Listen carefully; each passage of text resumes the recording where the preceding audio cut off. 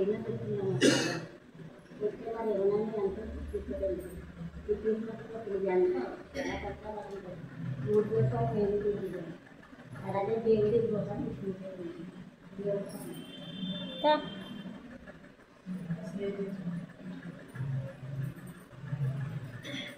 దేవుని నమ్మకం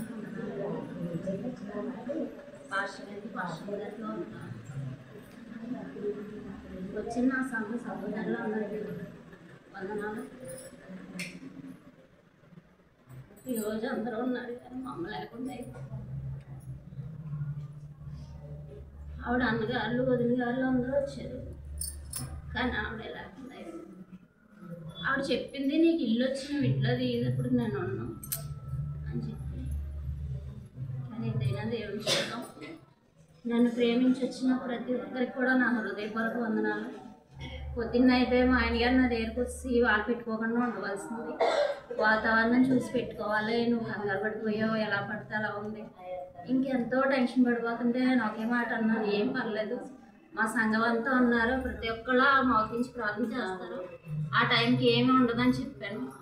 దేవుడు అంటే నమ్ముకున్న దేవుడు ఎప్పుడూ ఆయన బిడ్డలు విడిచిపెట్టడు. నిజంగా అనకూడదు కానీ ఒక్క చిన్న కూడా రాకుండా దేవుడు ఎంతగానో కాపాడు.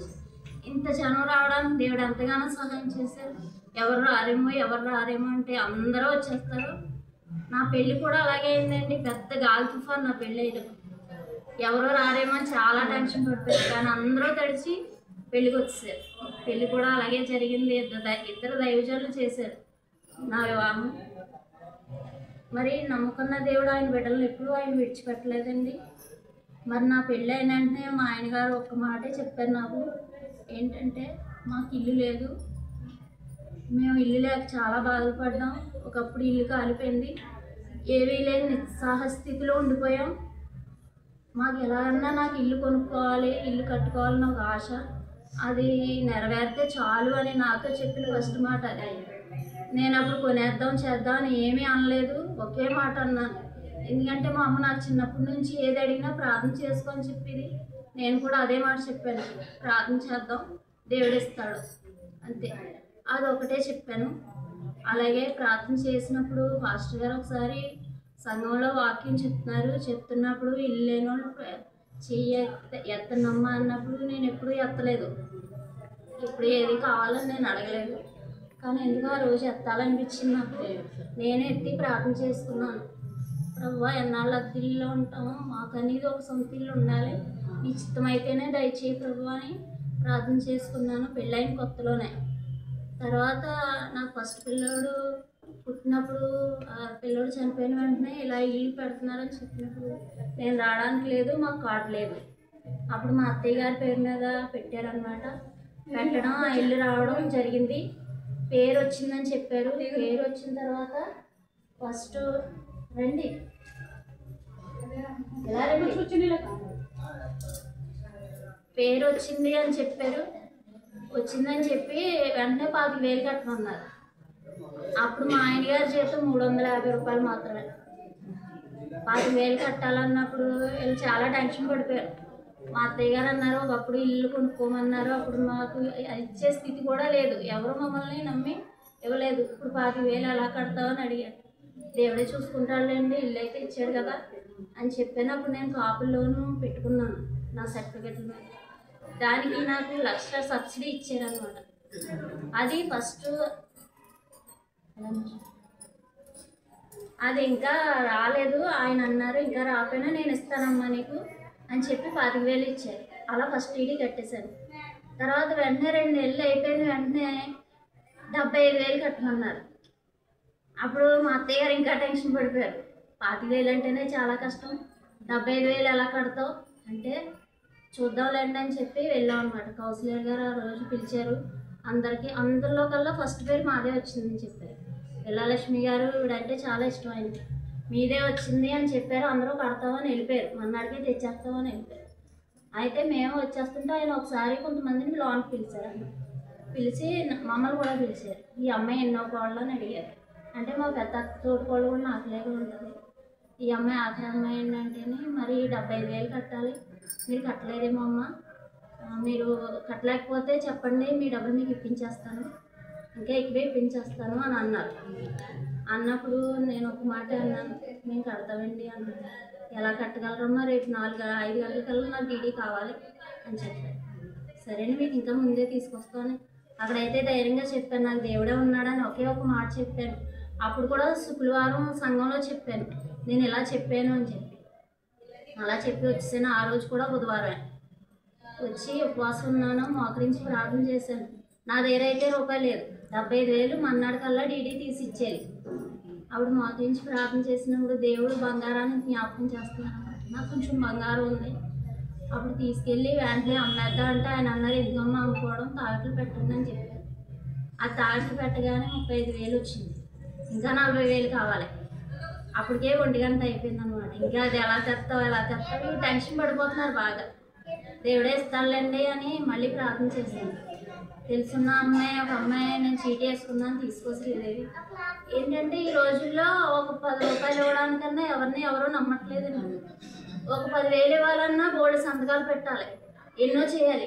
కానీ దేవుని ప్రేమ ఏంటంటే ఆయన బిడ్డలకి ఆయన ఏదైనా చేస్తాడు. ఆ సమయానికి వెంటనే అమ్మాయి తీసుకో అని అనడం ఏంటి, ఎవరికైనా డబ్బులు అవసరం.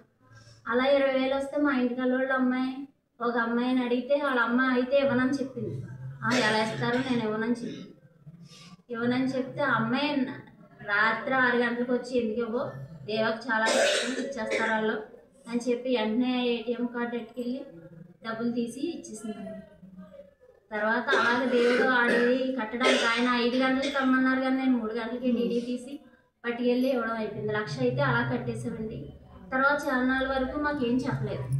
తర్వాత మున్సిపల్ ఆఫీస్కి వెళ్ళి నేను కనుక్కున్నాను, ఏంటండి 1,00,000 రూపాయలు అయితే కట్టించేసుకున్నారు, ఏం చెప్పలేదు అని చెప్పినప్పుడు, ఈవిడికి 75,000 వయసమ్మ, ఈవిడి పేరు మీద అయితే ఇల్లు రాదు, మీరు డబ్బులు అయితే కట్టేశారు కానీ మీకు డబ్బులు ఇచ్చేస్తారు, మీకు ఇల్లు రాదు.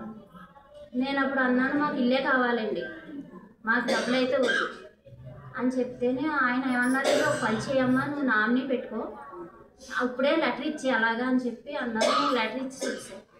అలా ఇచ్చిన 3 సంవత్సరాల తర్వాత మళ్ళీ ఫోన్ చేసి, మీకు ఇల్లు రావట్లేదు, మీ డబ్బులు మీరు తీసుకెళ్ళిపోండి వచ్చాను. వెంటనే మున్సిపల్ అక్కడికి వెళ్ళి ఆమెను అడిగాను అనమాట, ఇలా అంటుంది, నేను నామినీ పెట్టుకున్నానంటే అక్కడ కృష్ణమోహన్ గారు అని ఆయన ఉన్నారు. ఆయన ఏం చేశారంటే, కమిషనర్ దగ్గరికి వెళ్ళి లెటర్ తెచ్చుకోమ్మా, అలా అయితే మీకు పని అవుతుంది అని చెప్పారు. వెంటనే కమిషనర్ ఆఫీస్కి వెళ్తే అక్కడ వెంటనే రానిస్తారు, ఆ లోన్కే ఎవరో రానివ్వరు. అప్పుడు నేను చాలామందికి చెప్పాను, రూతకు కూడా చెప్పాను, ఎలా వెళ్తున్నాను అక్క అంటే, నువ్వేం భయపడకు, ప్రార్థించేద్దాం అన్నది. అక్కడ బంట్రోత్ వచ్చి అన్నారు, పేపర్ వేసి వెళ్ళిపోమంటారమ్మా, అందులో వేయకండి మీరు. అప్పటికే నాకు స్వరం వినిపిస్తుంది, అక్కడ స్పందనానికి ఆర్పం పెడుతున్నారు, పేపర్ అందులో వేసి వెళ్ళద్దు అని ఒక స్వరం వినిపిస్తుంది. అప్పుడు ఆయన కూడా అదే చెప్పారు, మరి మేము ఏం చేయండి అంటే, ఇటువైపు కూర్చోండి నేను పంపిస్తానని చెప్పి. ఆ టైప్ చాలా చెప్పి కూర్చున్నా మమ్మల్ని పంపిస్తలేదు, ఆయన వచ్చారు. కానీ అప్పుడే ఏం చేసామంటే, ఆ కృష్ణమోహన్ గారే వచ్చారు. అక్కడే వచ్చి, ఏంటమ్మా ఇక్కడ కూర్చున్నారు, నేను పెట్టించేస్తాను ఏదైనా తీసుకెళ్ళి సంఘం పెట్టి తీసుకొచ్చారు. కానీ మళ్ళీ నాకు ఆయనతో అక్కడ పడేశారు. మళ్ళీ నేను పడేశానమ్మా, మళ్ళీ పెట్టించురండి అన్నారు.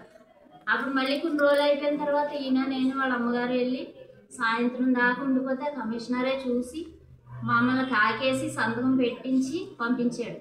నీ పేరు మీద జాయింట్ లబ్ధిదారిగా చేస్తారో, నీకు లోన్ వస్తుంది, వెళ్ళిపోయింది. ఇదంతా ప్రాసెస్ ఏంటంటే లోన్ ఇస్తారని, లోన్ ఇస్తే కట్టడానికి వీలవుతుందని. ఇంత డబ్బు ఒకసారి కట్టలేం కదా, ఎందుకంటే 1,00,000 కట్టినాకే చాలా ఇబ్బంది పడ్డాం. కానీ 3,65,000 కట్టడం అంటే చిన్న మాటలు కాదు అని చెప్పి లోన్కి ట్రై చేశాను. అలా చెప్పినప్పుడు కూడా నేను అందరికీ పిలిచి ఇల్లు ఇచ్చేసారు, లోన్లు చేశారు, మమ్మల్ని అయితే పిల్లలేదు. అప్పుడు నాకు తెలిసిన ఆయన ఉంటే ఆవిడ దగ్గరికి వెళ్ళాను, ఏంటంటే మమ్మల్ని అయితే పిల్లలేదని, మీకు ఇల్లు అయితే రాదమ్మా, ఎందుకంటే ఈ వయసు వాళ్ళు అందరినీ తీసేశారు, మీకు ఇల్లు రాదు, ఎప్పుడు చూసినా ఇల్లు రాదని. అలా కాదండి, నాకు రావాలి, నేను కమిషనర్ ఆఫీస్కి అవి కూడా తిరిగాను అని చెప్తే, కలెక్టర్ ఆఫీస్కి వెళ్ళి లెటర్ పెట్టమ్మా అన్న. మళ్ళీ కలెక్టర్ ఆఫీస్కి వెళ్ళి నేను లెటర్ పెట్టినప్పుడు ఈ అమ్మాయి పేరు మీద లోన్ ఇవ్వండి వాళ్ళు లెటర్ పంపించారు. అయినా సరే లోన్ ఇవ్వనన్నారు. ఎన్నో రకాలుగా ఇల్లు తీసేద్దామని చాలా ట్రై చేశారు. అప్పుడు నేను ఒకే మాట అన్నాను, ఏదైనా నీ చిత్తం ప్రభు, నాకైతే ఇల్లు కావాలి, ఇంత డబ్బు కట్టి ఇంత ప్రయాసపడి నేనైతే వెనక్కి తట్టు చూడను, నేను ఆ ఇంట్లో ఉండాలి, నిన్ను స్తుతించాలి, నేను పెద్దగా నిన్ను ఆరాధించాలి. నేను చాలాసార్లు సంఘంలో చెప్పాను, ఎందుకంటే నా దేవుని బిడ్డలను తీసుకెళ్ళి అక్కడ దేవుని స్తుతించాలి అని చెప్పినప్పుడు ప్రార్థన చేసినప్పుడు దేవుడు ఎప్పుడు నీకు రాదని ఎప్పుడు నాకు తెలియచేయకుండా అలా ప్రార్థన చేసినప్పుడు సడన్గా మొన్న ఒక 2 నెలల క్రితం వచ్చి మీరు డబ్బంతా కట్టేస్తేనే ఇస్తారమ్మా, లేకపోతే సంతకం పెట్టండి, మీకు ఇల్లు అయితే రాదని చెప్పి. అప్పుడు నేను చాలా భయపడ్డాను. ఎందుకంటే 3,60,000 కట్టడం మాటలు కాదు, మనల్ని నమ్మి అంత డబ్బు ఎవరు అని చెప్పి 2-3 అడిగినప్పుడు వాళ్ళు ఏమన్నారంటే, నాకు చాలా ఆశ్చర్యంగా ఉంటాయి ఒక విషయం.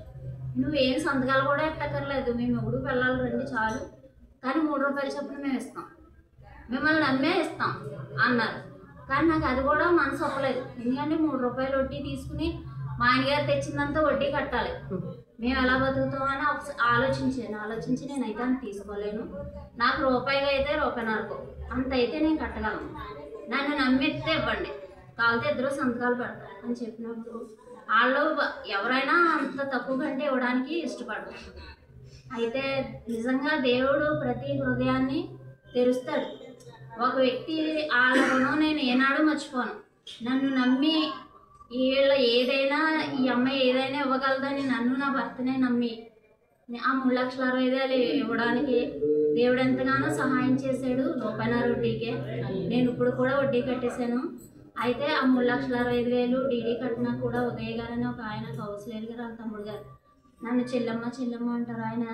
ఆయన డబ్బులు కట్టి ముందు తర్వాత నా డీడీ పంపించాను. దేవుడు ప్రతి ఒక్కరిని ఏదో ఒక రకంగా వాడుకుంటారు. ఆయన చిత్తానుసారంగా పిలువబడిన వారికి మేలు కలుగుతుంది అని సమస్తము సమకూరుతాడని దేవుడు తెలియజేశాడు. నా జీవితంలో రుచిపరుచుకున్నాడు. అలా కట్టేసిన తర్వాత చాలా రోజులైన తర్వాత రిజిస్ట్రేషన్ చేసేసారండి. అప్పుడు కూడా ఆంటీ ఉన్నప్పుడే చేసి ఇది తాళాలు ఇస్తే బాగున్నాం, ఎందుకంటే వాళ్ళిద్దరిని పిలుచుకుని పెట్టుకోవాలని ఆశపడ్డాను. కానీ ఏదైనా దేవుని చిత్తమే. నా సంఘాన్ని పిలుచుకుని ఈరోజు ఇలా నిలవబడ్డానికి దేవుడు ఎంతో కృపనిచ్చాడు. చాలామంది డబ్బులు కట్టారండి, ఎన్నో ప్రయాసపడ్డారు, కానీ చాలామందికి ఇల్లు రాలేదు. చాలా తిరిగారు కానీ రాలేదు. కానీ దేవుడు గొప్ప ప్రణాళిక ఏంటంటే ఆ లోన్లు ఇచ్చిన వాళ్ళు కూడా చాలామంది బాధపడుతున్నారు, చాలా వడ్డీలు వేసేస్తున్నారండి అని చెప్పి. కానీ అటు లోన్ ఇస్తే ఏం ప్రమాదమో మరి అన్నీ దేవుడికి తెలుసు. ఇలా చేయడం దేవుడి చిత్తమేమో అన్నీ దేవుడు చేసాడు. ఇప్పుడైతే 3 లక్షలు అప్పు ఉంది, అది కూడా ఇంకో 2 నెలల్లో తీర్చేయాలనుకుంటున్నాను. దేవుడు ఎందుకంటే వాళ్ళు నన్ను నమ్మిచ్చారు, నేను కూడా అంత గౌరవంగానే వాళ్ళు తప్పు చెప్పారు. అలాగా దేవుడు తెచ్చడానికి దేవుడు సహాయం చేయాలి, ప్రార్థన చేయండి. ఒక 2 నెలల్లో నాకు డోక్రా డబ్బులు అందే ఉన్నాయి, అవి అప్పు తీర్చేయాలనుకుంటున్నాను. అప్పు తీర్చేటప్పుడు ఇది మన ఇల్లు అవుతుంది, అది కూడా ప్రార్థన చేయండి.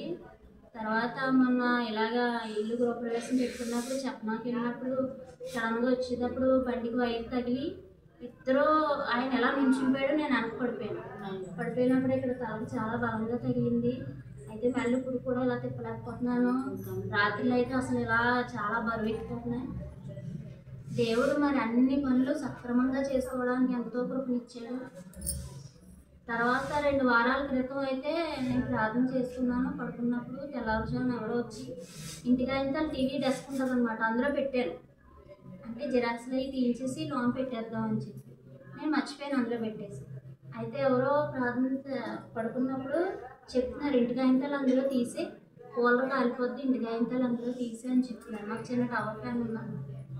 చెప్తున్నప్పుడు అది కాలిపోవడం కూడా చూపిస్తున్నప్పుడు నేను అది మర్చిపోయాను. మర్చిపోతున్నప్పుడు ఒక రోజు మధ్యాహ్నం మళ్ళీ అదే జ్ఞాపకం చేస్తున్నప్పుడు అవును ఇలా చూపిస్తున్నారేంటి, అవును ఇలా పెట్టేసేనేంటి నేనని చెప్పి ఆ కాగితాలు తీసి లోన్ పెట్టాను. ఆ రోజు నైటే సడన్గా మేము పడుకున్నాం. 10:30-11 అయింది. నేనైతే గమని పడుకుని పోతాను, ఆయన పడుకోవడం. వెంటనే మంటల కింద వచ్చేసి అది కాలిపోయింది. చాలా పెద్ద మంటలు వచ్చేసింది. కొంచెం ఉంటే అది కూడా డెస్క్ అంటుకోను అనమాట. వెంటనే ఆయన లేచి ఆ ఫ్లెగ్లు అవి తీసేసి అది పక్కన పెట్టేసాడు. దేవుడు ఆయన బిడ్డలకి ఏం జరుగుతుందో ఆయన ముందే తెలియచేస్తున్నాడు ఏదైనా. మరి ఆ రోజు ఆ కాగితాలు తీయడం, ఆ సాయంత్రం అది అలా అంటుకోవడం, మరి అప్పటి నుంచి కూడా ఎలా ప్రార్థన పెట్టుకోవాలి, మరి దేవుని మహిమపరచుకోవాలన్నప్పటి నుంచి ప్రతిరోజు సైతాన్ని శోధిస్తూనే ఉన్నాడు. కానీ అన్నింటికీ ప్రార్థన మాత్రమే చేస్తున్నాడు. ఈరోజు కూడా ఇంత వాన వచ్చినా ఇలా ఆగిందంటే కేవలం మీ అందరి ప్రార్థన, దేవుడి మహాకృప. వచ్చిన మీ అందరికీ కూడా నా హృదయపూర్వక వందనాలు. నన్ను ఒక బిడ్డగా భావించి ఇంతగా ప్రేమించినందుకు నేను ఏమిచ్చి రుణం తీర్చుకోలేను. ప్రతి ఒక్కరూ కూడా ప్రార్థన చేయండి. మా అత్తయ్య గారికి 4 అబ్బాయిలు. పెద్ద అబ్బాయికి 2 అబ్బాయి. ఆ అబ్బాయికి పెళ్లి చేయాలనుకుంటున్నారు. దేవుడు డబ్బు ధనం కాదు కానీ గుణవంతురాలైన భార్య రావాలి. ఆ అబ్బాయి పేరు మురళి. ఆ అబ్బాయి గురించి ప్రార్థన చేయండి. చిన్న బావ గారికి అబ్బాయి అమ్మాయి, తల్లి చనిపోయింది. ఆ అమ్మాయి పేరు భవాని. ఆ అమ్మాయి కూడా వివాహం జరిగించాలి. మరి అన్ని బాధ్యతలు కూడా చెప్పాడు. మరి నేను ప్రార్థన మాత్రమే చేయగలను. శ్రేష్టమైన భాగస్వాములు దేవుడే తీసుకురాగలడు. వాళ్ళ కోసం కూడా ప్రార్థన చేయండి. తర్వాత మా రజనీ కళ్ళ ఆపరేషన్ కూడా రేపు నెలలో చేయించేద్దాం అనుకుంటున్నాం. ఎప్పటి నుంచో అనుకుంటున్నాం కానీ అది అవ్వట్లేదు. అది కూడా ప్రార్థనలో పెట్టండి. తర్వాత మా అన్నయ్య వివాహం ఇవాళే ఒక ఆవిడ చెప్పింది, మా సంబంధం ఉందని చెప్పి. తొందరలో అది కూడా సెట్ అయిపోతే మరి ఇలాగే జరిపించాలని ఆశపడుతున్నాను. ఆ అబ్బాయి కూడా ఒక ఇంక్లూడ్ అయిపోతే మరి అదే చాలు నాకు. మొన్న అయితే అలా పడిపోయినప్పుడు నేను లేకపోతే వాళ్ళు ఏమైపోతారు, ఎందుకంటే వాళ్ళకి ఏం తెలియదు, వాళ్ళు ఏమైపోతారా అనిపించింది ఒక్కసారిగా. దేవుడు ఒక జ్ఞానవంతురాలు అయిన అమ్మాయిని ఆ బిడ్డకి దయచేస్తే అదే చాలు. మా క్రాంతికి కూడా దేవుడు మంచి భవిష్యత్తు ఇవ్వాలి. మరి ఆ పిల్ల తల్లి చనిపోయినప్పటి నుంచి నేను చూశాను. మరి ఆ బిడ్డ విషయంలో కూడా దేవుడు మంచిగా చేయాలని ఒక ఆశ. ఈ విషయాలన్నీ ప్రార్థనలో ఉంచండి. వచ్చిన ప్రతి ఒక్కరికి నా హృదయపూర్వక వందనాలు. నన్ను నా భక్తిని జ్ఞాపకం చేసుకోండి. దేవుడు బిడ్డలను అయితే ఇచ్చాడు. మరి ఎందుకు అలా అయిందో నాకు తెలియదు. మరి దేవుని చిత్తం అయితే మంచి బిడ్డలు కూడా మాకు కలగాలి. మా విషయంలో ప్రార్థించండి. కొద్ది సాక్ష్యం దేవుడి వెనుకలో ఆ గదిలో వేదమణి గారు ప్రార్థన చేస్తారండి. ఇక్కడ హాల్లో సచివిని గారు ప్రార్థన చేస్తారు. కిచెన్లో హట్ల కుమారి గారు ప్రార్థన చేస్తారండి. ఇక్కడ వెంకటలక్ష్మి గారు వెళ్ళి ప్రార్థన చేస్తారు. ఒక 125 ఒక్కొక్క గదిలో ఒక్కొక్క కార్యాలయం జరుగుతుంది. 125 దగ్గర నుంచి 128 వరకు ఒక గదిలో ఒక్కొక్క 125